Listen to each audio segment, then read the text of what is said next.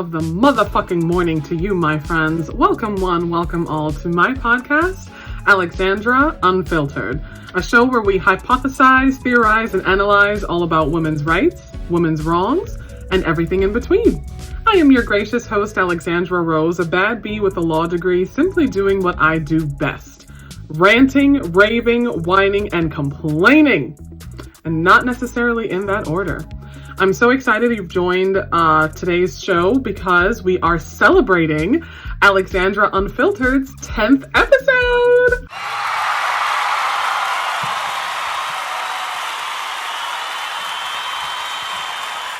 Woohoo! I am so excited and I'm thrilled that I have made it this far with you together, honestly. When I conceived Alexandra Unfiltered back in October of 2024, I didn't know where this project was going to go. I didn't know whether this passion project would be something that I could remain consistent with. After all, I am a millennial and I am a Libra. We are famous for starting projects and just not finishing them or seeing them through to completion. All I knew was that I was a bad bee. I had a law degree. I had a BA in sociology, a minor in anthropology, and a lifetime of lived experiences as a woman, and specifically as a mixed-race Black woman from a Jamaican family who lives at the crossroads of multiple marginalized identities. I am a woman, I am a foreigner, I'm a minority, etc. I also knew that I cared deeply about women's rights and women's issues and women's history, and I am so happy that I took the risk of starting this amazing program so that I could share my knowledge and share my proposed solutions to women's issues with the world. And I'm really proud of myself for sticking with it thus far because we are 10 episodes in. Granted, we'd probably be a few more episodes in if I hadn't taken that month and a half long sabbatical, but we're just not going to talk about that. We're going to focus on the present and look towards the future. We are 10 episodes in of Alexandra Unfiltered. So I would like to thank you so much for streaming, listening, sharing, commenting, liking, subscribing. Honestly, thank you so much for listening to my yap sessions while I rant, rave, whine, and complain and lead you down the patriarchal pitfalls, lead you down the primrose path of patriarchal pitfalls through Alexandra Unfiltered. And we're celebrating 10 episodes today. Here's to 1,000 more episodes of me ranting, raving, whining, and complaining. Thank you so much. For today's special edition 10th episode, we will be talking about a very sensitive topic that is fast becoming a global epidemic. Today, we are talking about femicide and fighting the violent failures of the patriarchy. I've got my handy dandy iPad on deck. As you can see, if you're watching on YouTube, I got a brand new iPad case and decked it out with some lovely Lisa Frank stickers. I'm so excited. So I have my handy dandy iPad on deck with hella stats and facts, cited sources, and radical public policy solutions. All right. So with no further ado, let's dive right in. So of course, I'm a bad bee with a sociology degree, and sociology is the scientific study of society. In order to scientifically study society, sociologists use the scientific method, which always begins with a question. And the question we are going to begin with today is, what is femicide? There are several different scholastic and academic definitions of femicide.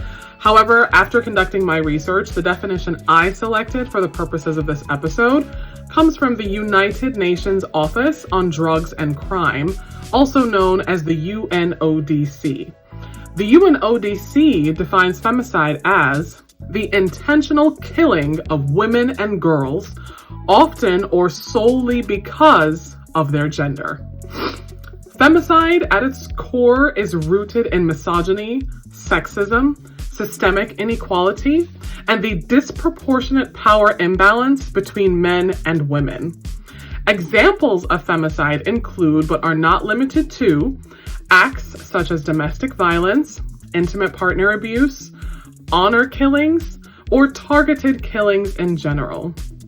What separates femicide from other forms of homicide is that femicide is driven by the belief that women are subordinate and or inferior to men. Bear in mind that femicide is not just about physical violence. It reflects broader cultural, societal, and institutional norms that devalue women. So in previous episodes, we've talked about topics such as the feminization of poverty, period poverty, the importance of Black feminism in American history and how Black feminism has been overlooked and dismissed.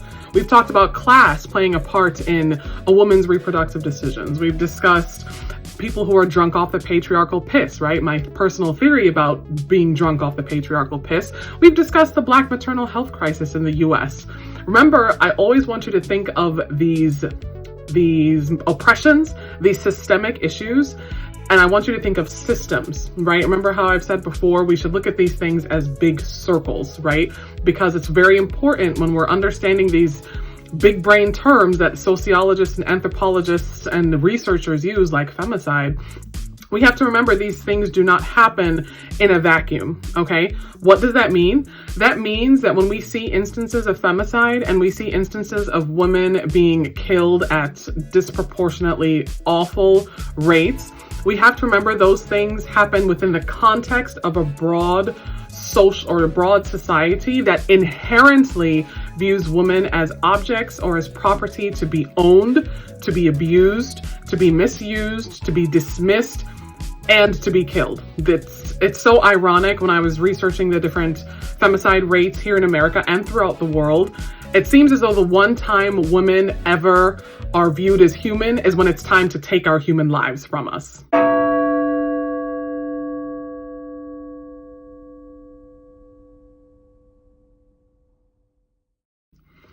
It's the most horrible irony, but it's the conclusion I arrived at after studying these rates and these disparities and things like that. The one time a woman is viewed as human is when it's time to take her human life.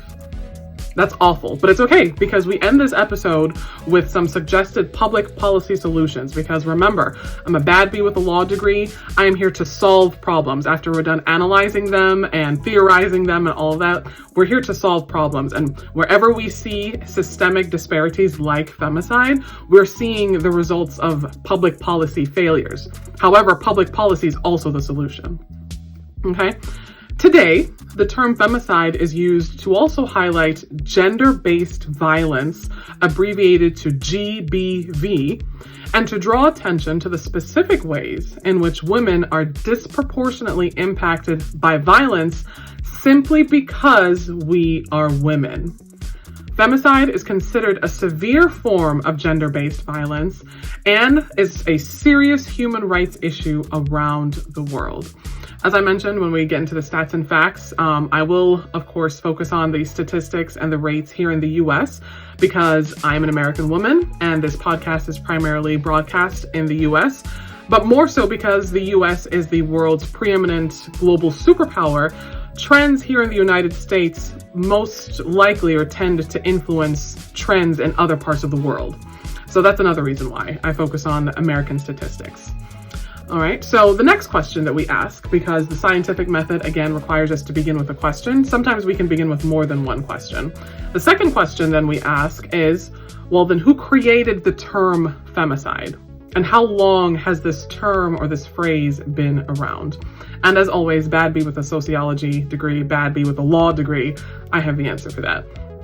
South African-born, world-renowned feminist, sociologist, and women's rights activist, Dr. Diana E.H. Russell coined the term femicide in her testimony about misogynistic murder all the way back in 1976 at the very first International Tribunal on Crimes Against Women.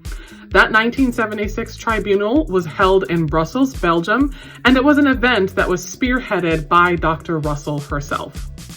At the four-day 1976 tribunal, over 2,000 women from 40 countries heard firsthand accounts of the gender-related violence and oppression tribunal speakers had experienced. In coining the word femicide, Dr. Russell's intention was to politicize the term and to bring global attention to the misogyny driving lethal, violent crimes against women. As Dr. Russell stated, Gender-neutral terms like murder and killing do not highlight the unique impact of gender on violence when we're talking about women who have experienced violence, such as murder or killing. Dr. Russell explained that in order to deal with these extreme crimes against women, it was necessary to recognize that, like race-based hate crimes, femicides are also hate crimes, and that most killings of women by men are extreme manifestations of sexism and male dominance. I'm going to repeat that last part because I would like to speak to it a little bit. As Dr. Russell explained, most killings of women by men are extreme manifestations of sexism and male dominance. Let's touch on that for a bit. In my free time, I have so much free time, right? Badby with a sociology degree who has like 4 jobs and my podcast. I have been reading the book Men Who Hate Women by Laura Bates. Laura, in performing her research to write the book, she infiltrated those online incel spaces, pretending to be a lonely single man looking for community and comfort. And in infiltrating those online incel spaces, the horrific things men, by tens of thousands of men in these chat rooms, said and believed about women and the things that they want to do to women society-wide. I honestly don't know if I can finish reading the book. I'll be very honest with you. It's an excellent anthropological study from Laura Bates, definitely recommended reading for all of my fellow hardcore feminists and womanists out there. But as someone who has read a lot of things in her legal studies and in her sociological, anthropological studies, I don't know if I can finish reading this book, Men Who Hate Women by Laura Bates. It's just that intense. And one thing that a lot of detractors point out when we're discussing things like femicide and the disproportionate fact that women experience physical violence almost always at the hands of a man, a lot of detractors will say, well, that's nothing special. I mean, those are just a few bad apples. Those are just a few mad men. Those aren't really, it's not a lot of men who think or feel that way. And even if they do, they don't occupy positions of power. As Laura Bates discovered in her book that she authored after years of performing this infiltration, that's definitely not the case. Because first of all, these chat rooms with these incels who share snuff films of women being violated in the most unspeakable ways possible are in the tens of thousands. I think she mentioned one website, just one chat room of the website, not the entire user base of the whole website, just one chat room of the website had 28,000 members. 28,000 men who thought and feel that way about women and are perfectly content with enacting violence, physical and sexual violence upon women. And in her research, Laura also discovered that there were some political candidates who were discovered to be in these chat rooms. Candidates who were either running for office or who were already elected officials, whether they were local city councilmen, or I think one was running to be a district court judge, another was running for another political office, but a political position that would give that man power. So that's what I have to say to the detractors who dismiss these ideological things as just harmless ideas that haven't manifested into anything, that can just be immediately ignored and waved off as just a bunch of horny, lonely, balding, ugly men. No, these, as Laura explained, these chat rooms, when these men post pictures of themselves asking their fellow lonely, bigoted, sexist men their opinions on their looks, a majority of these men are like what we would call like good looking guys, nothing wrong with them really. You would pass them on the street and probably be fine giving your number to them if you were in a bar or something. So it's not confined to just some fringe element. You see what I mean? So there's danger in dismissing these things as just some anti-establishment, fringe, outer shores element who hasn't penetrated our mainstream society. That is absolutely not the case, guys. We have had to coin entire structural theoretical frameworks like femicide and the feminization of poverty and the Black maternal health crisis, and have to pay researchers tens of millions of dollars to research these issues and solve these issues because they're so unique to women, but they're so endemic. Women make up half of the global population, and yet we are the ones who experience almost all of the physical violence. Think about that. Women make up half of the human population throughout the entire world, but women experience nearly all of the sexual violence the world proliferates upon its people. That's what we mean when we say femicide, or that's what I think Dr. Russell meant specifically when she said that killings of women by men are extreme manifestations of sexism. They're the manifestations of all those ugly, balding, broke, socially awkward losers in those incel chat rooms. And yes, I personally, although I'm a college educated bad bee with a law degree, when it comes to things that are oppressing my humanity, my physical body, and my safety, I believe in fighting fire with fire. So I'm not going to sit here and try to coddle grown-ass men and make excuses that it's because they're lonely, it's because they're unemployed, it's because they don't have a girlfriend. I have been single for over 10 years as an adult woman, and you don't see me out here fantasizing about committing violent acts against men, my fellow human beings. That's not an excuse. Don't coddle these men. Don't make excuses for them. These men specifically who are bigoted, misogynistic, potentially violent men are grown-ass adults. They're making conscious, intentional, deliberate decisions to think and feel and act this way. There are no excuses for them. And now we're on to my favorite portion of the episode, stats and facts. Femicide by the numbers. So the first fact we need to know is that women and girls are most likely to be killed by those closest to them.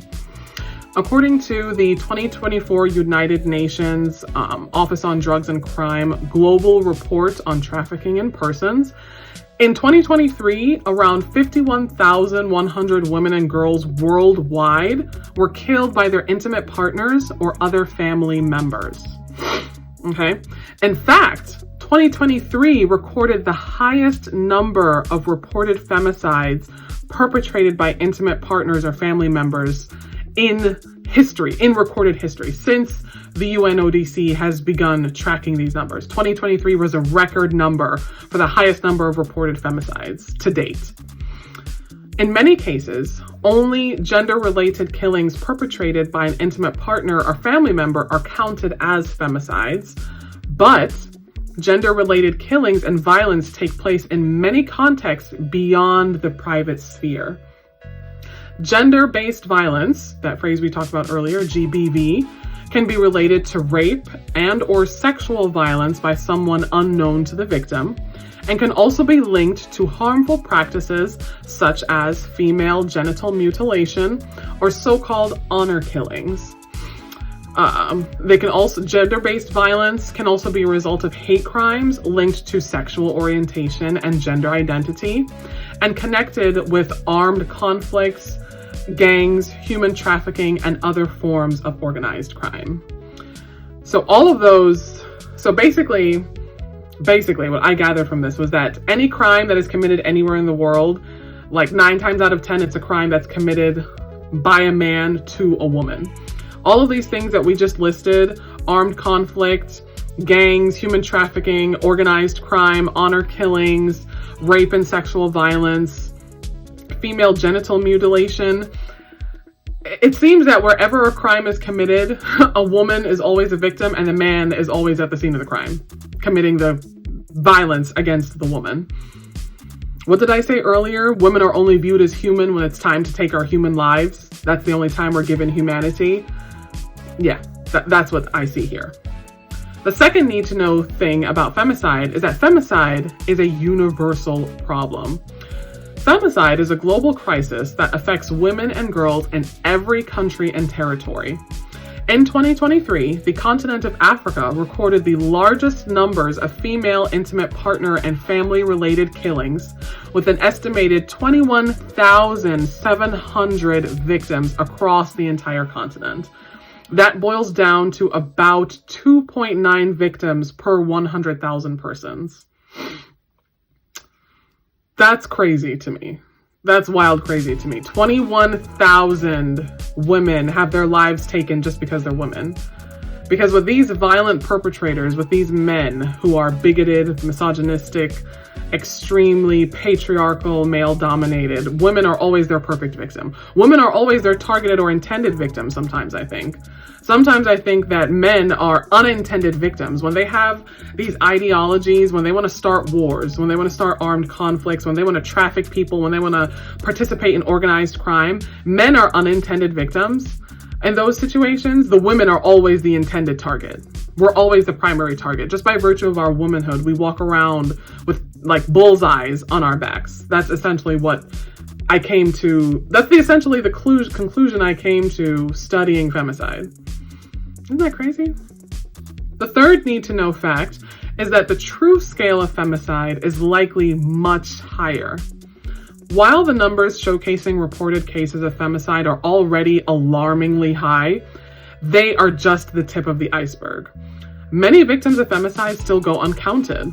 For roughly 4 in 10 unintentional murders of women and girls, there is not enough information to identify them as gender-related killings because of national variations in criminal justice recording and investigative practices. Behind each number, there is a woman or girl whose life has been brutally ended because of male violence, misogyny, and social norms that tolerate and perpetuate violence against women and girls. So the fourth need to know thing about femicide is that some groups of women and girls face a greater risk of experiencing femicide than others. For example, women in the public eye, including those in politics, women human rights defenders, and women journalists, are often targets of deliberate acts of violence both online and offline, with some leading to fatal outcomes and intentional killings. In 2023, the Office of the High Commissioner for Human Rights alerted that women human rights defenders were targeted twice over for their work and their gender, both online and offline. The OHCHR documented at least 34 human rights defenders killed in conflict-affected countries in 2022 alone. Despite data limitations, available evidence from countries like Canada and Australia suggests that Indigenous women are disproportionately affected by gender-related killings, especially when those Indigenous women are vocal human rights and environmental rights defenders. So something that I have received some light criticism or feedback from loved ones and friends is, talking about these things so openly, creating a platform for these things really increases, that it makes that bullseye on your back just a little bit bigger. It makes you a little bit more of an easier target for those nefarious individuals who would want to perform bad acts. And to that I say, go suck your mother. Okay, if you're gonna come for me, make sure that you shoot straight, as Congresswoman Maxine Waters said. I am a Jamaican person by birth, by nationality. I am an American by right, by citizenship, and by loyalty. So fear is not a word that is in my vocabulary. I'll just put it that way. People or men who are bigoted, prejudiced, patriarchal, and who want to inflict violence upon women view women as easy targets because those men are essentially bullies. And as someone who overcame being bullied in elementary school, middle school, and high school, I have a very powerful distaste for bullies. And what I have learned with bullies is that the one thing they're afraid of is a bigger bully. And I, Alexandra Rose, bad B with a law degree, am definitely that bigger bully. Don't play with your dead grandma's pussy. Don't play with me. That's what I say. Play with your ugly ass kids. Don't play with me. I'm not the one to do that. So although I'm a vocal person and I want to draw attention to these things while also drawing attention to the public policy solutions to things like femicide, I understand that makes me a more viable quote unquote target for certain individuals. I don't give a fuck. Find out. Come and try it. Come and have a go if you think you're tough enough. Come and you'll find out exactly what tough stuff I'm made of. Anyway, additionally, at 4.3 per 100,000 women and girls, the rate of female homicide in Canada specifically was 5 times higher among Indigenous than among non-Indigenous women and girls in 2021 alone.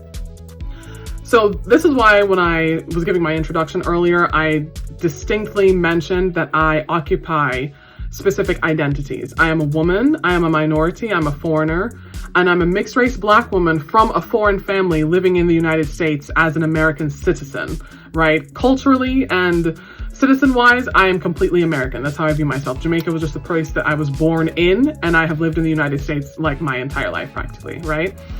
What I find so disheartening is that when you are already when you're a minority woman, you're facing two battles. You're facing the battle of womanhood, and then you're facing the battle of being a minority, right? I've spoken at length about how my being a Black woman is something that's linked together. I'm not just Black, I'm a Black woman, but I'm not just a woman, I'm a Black woman. Like, those two identities overlap in very profound ways.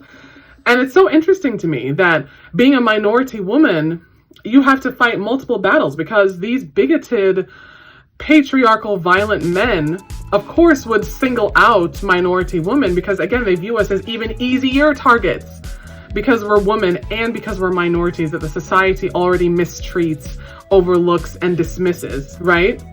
So as a result of our womanhood and our minoritydom, we're even better, quote unquote, targets for these violent men. Excuse me, particularly Indigenous women. So isn't that something? And you know what's so especially fucked up is that the violence enacted upon us minority women is almost always violence that's coming from the men in our particular races and ethnicities. It would be one thing if it were white men, and I'm not giving passes to anyone, but I'm just saying it would be one thing if it were white men being the only ones who do these things to all women, including minority women. Instead, it'd be your own people, right? It's your own individuals. You know what I'm trying to avoid using racial slurs. It's your own individuals who look like you, who you would think would share a particular struggle, identifying with your race or your ethnicity, who are willing to victimize you further. Right? Tarana Burke, the activist who founded and created the Me Too movement, is a Black woman. And the reason she created the movement was in response to surviving child sexual assault at the hands of an elder in her church when she was a child.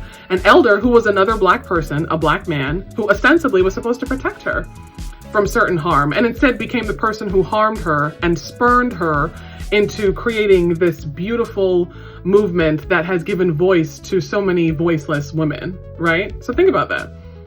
We have to fight white society, we have to fight white patriarchy and their sexual violence, and then we have to fight sexual violence from our own men when we're minorities. Can we get a break? Additionally, violence against transgender and gender diverse people is on the rise, with the Trans Murder Monitoring 2023 research data showing that 94% of the 321 trans and gender diverse people reported murdered were trans women or trans feminine people. That particular number gives a small glimpse into the reality and trends, as the data reported is only based on reported cases, and not all transgender victims are identified as trans or gender diverse in the reports of their deaths. So these numbers are probably more alarmingly higher than we're willing to reconcile with.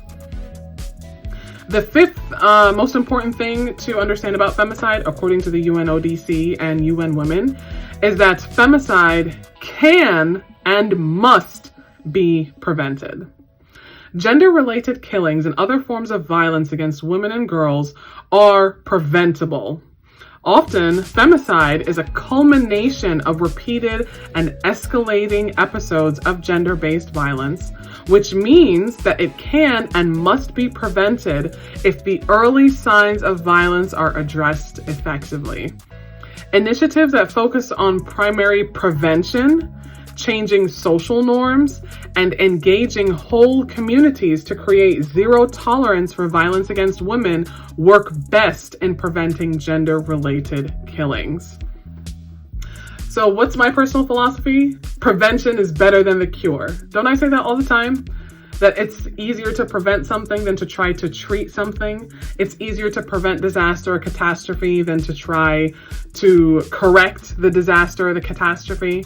prevention is better than the cure, that's how we have to approach things like femicide. Because as many survivors, women survivors of domestic violence and intimate partner abuse will tell you, the time to stop the violence was not when, you know, the night that they tried to leave and it all went to shit, and that's when the police were called and that was the final night or something like that. That was not the time to try to stop the abuse.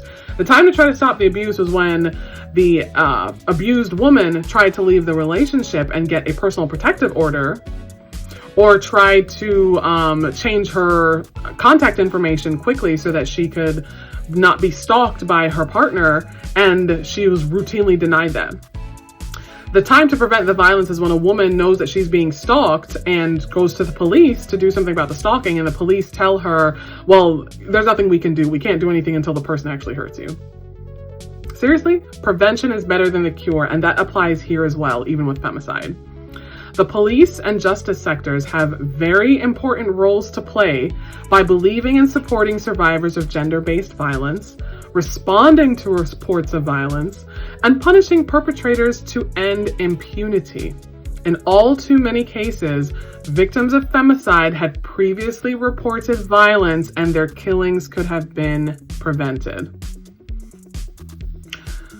I cannot tell you how many times I've lost track of the news stories where a woman's life is taken violently by a man, and then it comes out during the investigation that she had complained to her human resources department at her job. She had complained to the local police department. She had complained to the people in power who are put in power to protect us, are the people that this abused woman went to seeking solace, and she was routinely denied and then lost her life. So what do we say to that? When we say, woman, you know, you should have known there were signs. Why didn't you try to leave? Yeah, leaving requires some form of protection, right? Because the person you're dealing with who is abusive or who's stalking you is fucking crazy. So they don't understand or don't want to accept your boundary, your autonomy. When you say, I'm leaving, I don't want to tolerate this, or please stop doing this. It's inappropriate and it's crossing a line. It makes me uncomfortable. I don't like it. Respect me, respect my humanity. They don't think that women are entitled to those things. So you telling them not to do those things just triggers them into further craziness and wanting to enact violence upon you. And when you tell the people who are supposed to protect you, tell the people in power, you're ignored, you're dismissed. You're, oh, well, honey, well, you are a pretty girl. I mean, what do you expect? You're going to get attention from men. And I mean, are you sure he just doesn't have a little crush on you or something like that? And then when the woman is killed and the news report is making the rounds and people are talking, then everyone is shocked and awed. And how could this happen? How did we miss this? We couldn't have seen this coming. Yes, you could have. She told you it was coming and you didn't listen to her, and now she's dead. So yes, these things, femicide, can be prevented. And we've seen the evidence of these preventative measures throughout the world. For example, in South Africa, a significant reduction in femicide cases was linked to strong laws and policies aimed at preventing gender-based violence, strict firearms controls, and the fostering of space for women's rights and community groups to share knowledge and shape policy. In New Zealand, the Family Violence Death Review Committee analyzed 320 family violence deaths between 2009 and 2020, revealing that 56% of victims were women and girls. These findings highlighted systemic issues such as biased case records, inadequate responsiveness of agencies when dealing with Indigenous, Maori women, children, and people with disabilities. To address this, the committee recognized adopting methods used by, kaupapa Maori organizations. This more respectful approach focuses on well-being, training for service providers to create more responsive systems, and family-focused interventions. What we also know is that women's rights organizations play a crucial role in preventing violence against women and girls by driving policy change, holding governments to account, and providing critical survivor-centered services. Yet, less than 1% of global aid and development spending targeted gender-based violence, according to data from the UNODC in the year 2022. So that is absolutely accurate, that the women organizations who are trying to drive the change are the least funded. I think the phrase in our nonprofit world is that the most harmed are the least helped. Right? So I wanted to take a brief look at femicide here in the United States, and it is a growing significant issue in the US. In 2023 alone, the United States accounted for 862 of the 1,795 femicide cases reported across 65 countries, making America the country with the highest number of such incidents. In fact, Newsweek published a study listing the states where it is most dangerous to be a woman, with Louisiana, Nevada, and South Carolina taking the top 3 spots of the most dangerous states for American women, based on rates of murder, sexual violence, and domestic violence. A substantial portion of femicides in the US are perpetrated by intimate partners. In 2018 alone, 92% of female homicide victims were killed by someone they knew, with 63% being current or former intimate partners. Of course, there are also demographic disparities, with Black women being the most disproportionately affected by femicide. From 2018 to 2021, nearly 30% of women killed by an intimate partner were Black, despite Black women comprising only 8% of the entire US population. So what did I say earlier? When you are a woman and you're a minority, you're fighting multiple battles on multiple fronts. Same thing we discovered when I talked about the feminization of poverty and period poverty. Minority women, where white women experience these things as well, minority women experience them to a worse extent, unfortunately. And that's not to try to draw comparisons or try to say that this is like a one-upmanship competition kind of thing. It's a fact, backed up by research and statistics. Because there are already systems in place that disenfranchise women based on our race alone, of course they're also going to disenfranchise us now that we're minority women in addition to being minorities, right? While the US has a high number of femicides, it ranks 34th out of over 150 countries in terms of femicide rates. That's pretty fucking high. However, the US accounts for 70% of all femicides in 25 peer high-income countries, indicating a significant issue within this group. So the idea is that if the US is the global preeminent superpower, then certainly our economy and our justice system have the resources to combat things like femicide, and the statistics and the research and the data are pointing in the opposite direction.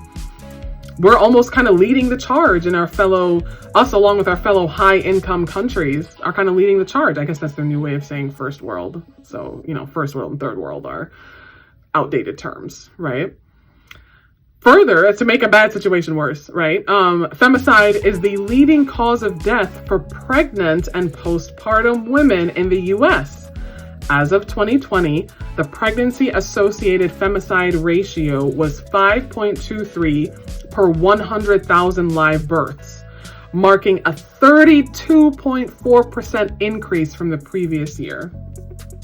So remember when I said that we have to think about these systems as one giant circle, and it's one big system of oppression, and the circle is just made up of little tiny subcircles for how that big system oppresses you, whether you are a transgender woman, whether you are a Black woman or a minority woman, or whether you are a poor woman or something.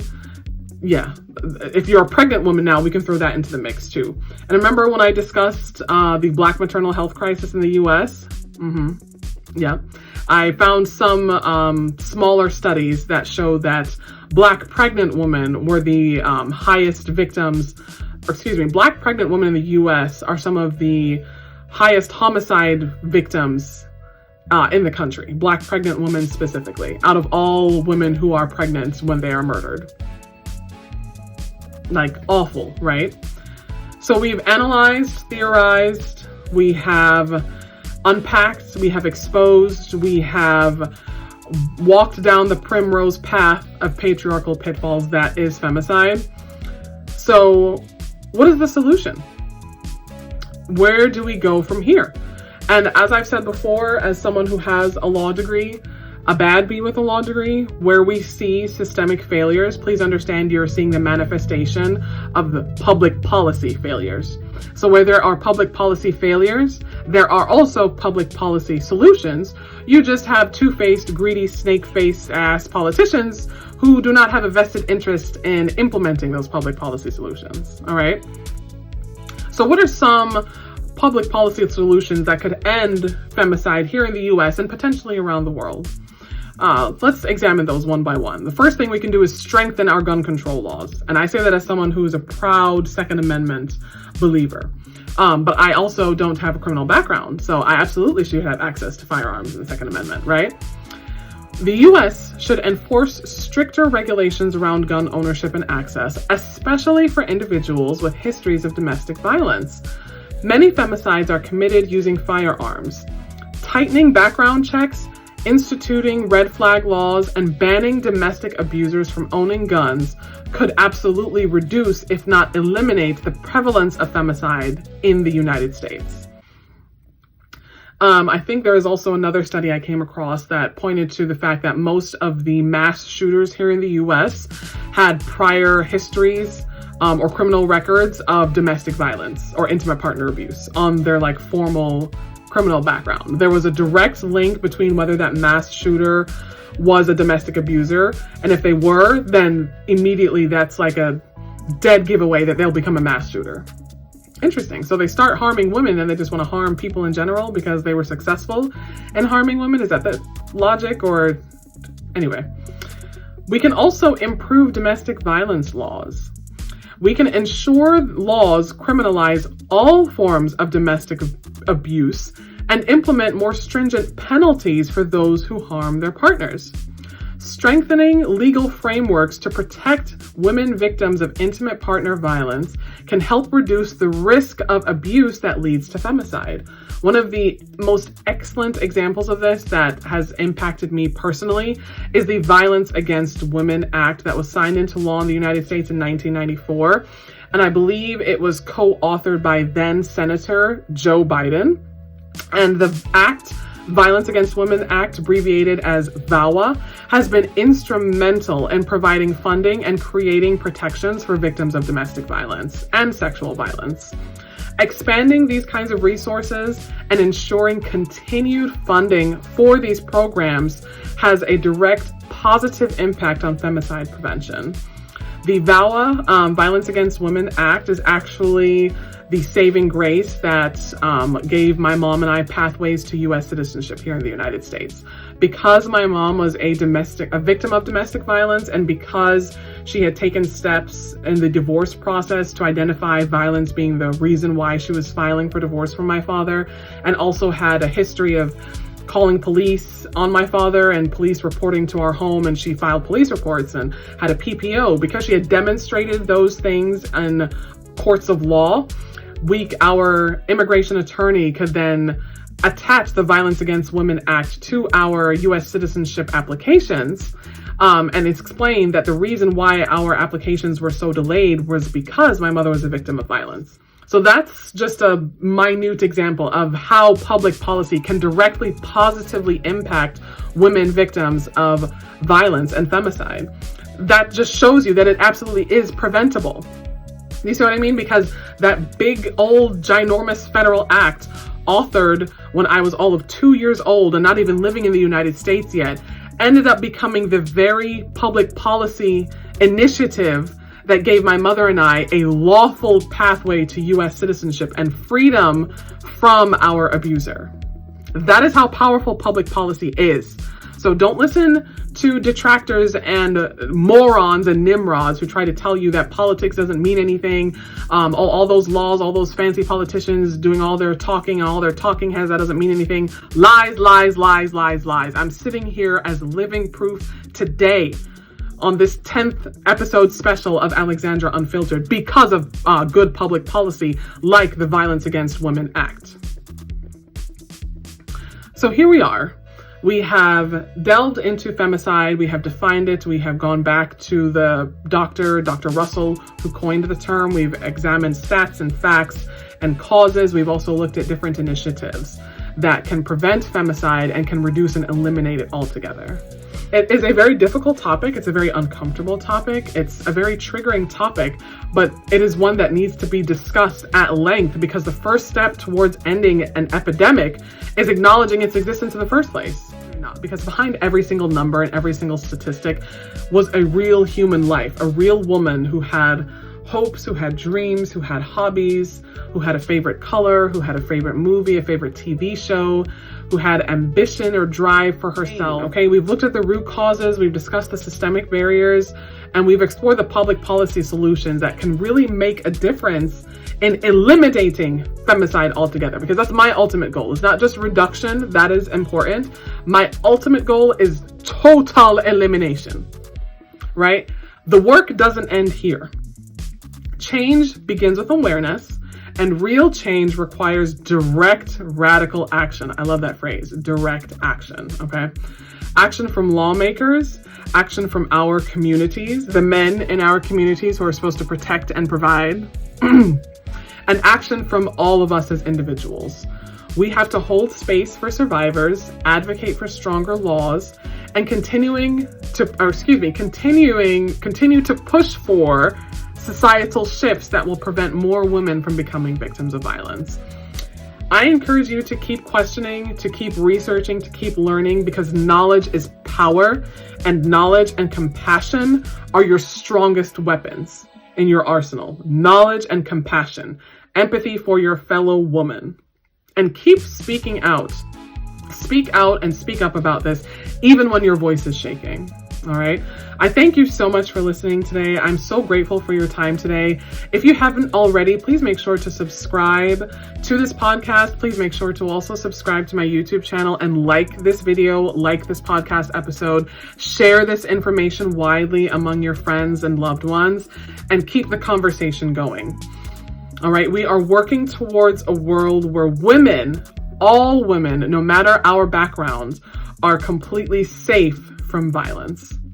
This has been your favorite bad bee with a law degree, Alexandra Rose, on this special 10th episode edition of Alexandra Unfiltered. Thank you for listening, and until next time.